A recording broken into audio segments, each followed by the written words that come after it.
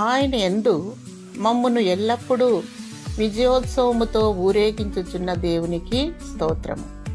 2 కొరింథీ 2:14 ఓటమిలాగా కనిపించిన పరిస్థితుల్లో దేవుడు ఘన విజయాలనిస్తాడు.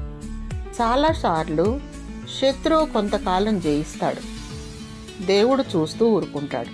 కానీ మధ్యలో కలిగించుకొని శత్రు ప్రయత్నాలన్నింటినీ వమ్ము చేస్తాడు. ఆ తరువాత మనకి దొరికే ఘన విజయం అంతకుముందు శత్రువుది పైచేయిగా ఉండకపోయినట్లయితే అంత ఘనంగా కనిపించేది కాదు. 3 యూదా యువకుల్ని మండుతున్న అగ్నిగుండంలోకి పడవేసిన కథ మనందరికీ తెలుసు కదా.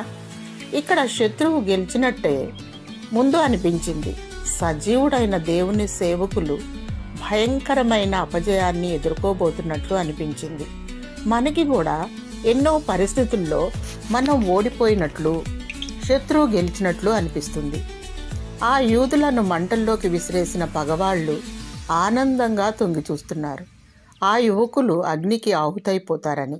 అయితే వాళ్ళు అగ్నిగుండంలో హాయిగా పచార్లు చేస్తూ ఉండటం చూసి నివ్వెరపోయారు. నెబుకద్నెజరు వాళ్లను అగ్ని నుండి బయటకు రమ్మని పిలిచాడు. వాళ్ళ తల వెంట్రుకల్లో ఒక్కటైనా కాలలేదు, వాళ్ళ బట్టలకి అగ్నివాసనైనా తగలలేదు. ఎందుకంటే ఈ విధమైన ఆశ్చర్యకరమైన రక్షణనిచ్చే దేవుడు మరెవరూనూ లేరు. అపజయంగా అనిపించినట్లున్నది ఘనంగా మారిపోతుంది.